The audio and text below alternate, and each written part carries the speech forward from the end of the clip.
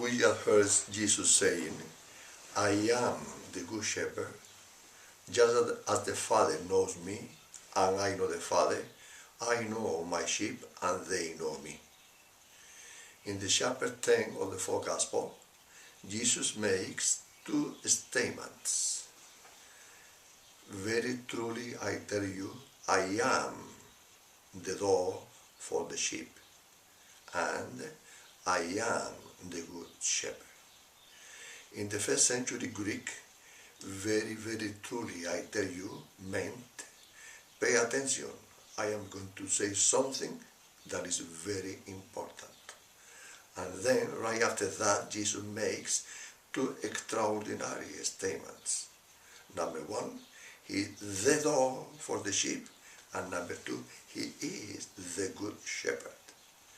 For proper understanding of these two statements, it is necessary to call the attention to the Greek language as it was spoken in the first century.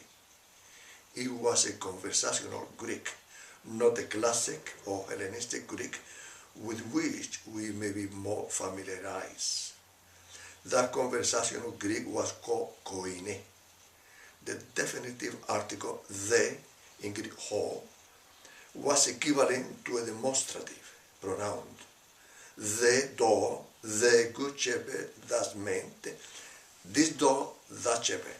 It was like pointing the finger to a person, to any object. Jesus didn't say, I am a door, or I am a good shepherd, as though there were many other doors and many other good shepherds. He used the definite article the, which means I am the only door, and I am the only good shepherd that gives his life for his sheep. He excluded everybody else. He is the only way to God. As the Father knows me, I know the Father, I know my sheep, and they know me.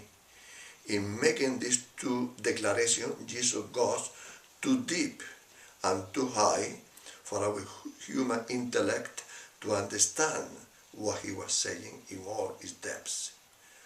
At the beginning of his gospel, John speaks of the special relation between the Father and the Son, saying that the verb was prostonteon, which in the Greek language means an intimate relation, face to face, looking at each other straight in the eyes. This glimpse into divine eternal intimacy is beyond our human understanding. The love the Good Shepherd has for his sheep is a reflection of the eternal love between the Father and the Son. Love flows from the Father to the Son and to the Son's sheep.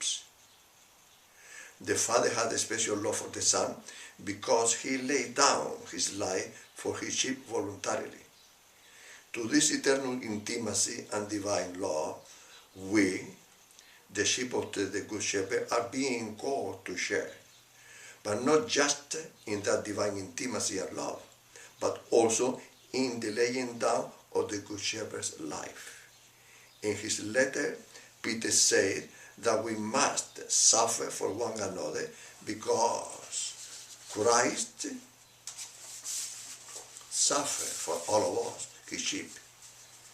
He did it at first, and so we must do the same thing for one another. And by doing so, we will be sharing in the eternal love between the Father and the Son. We will be participating in the eternal and infinite relation of the Most Holy Trinity. A misunderstanding or denial of the sacrifice of Christ can actually lead to the denial of God. God, Christ, loss and suffering come in one and the same package. It is not possible to have God without Christ. He is the door, the only door to the Father. And we cannot have Christ without his cross and without reciprocal love for one another. If we don't accept this, we may be turning our backs to God. The point that is being driven home is that Jesus loved those whom he calls, even to the point of laying his life for them on the cross. And those who follow in his footsteps must love one another as Jesus did, and will receive eternal life. This is said, we will be in the same wavelength of the Father and the Son.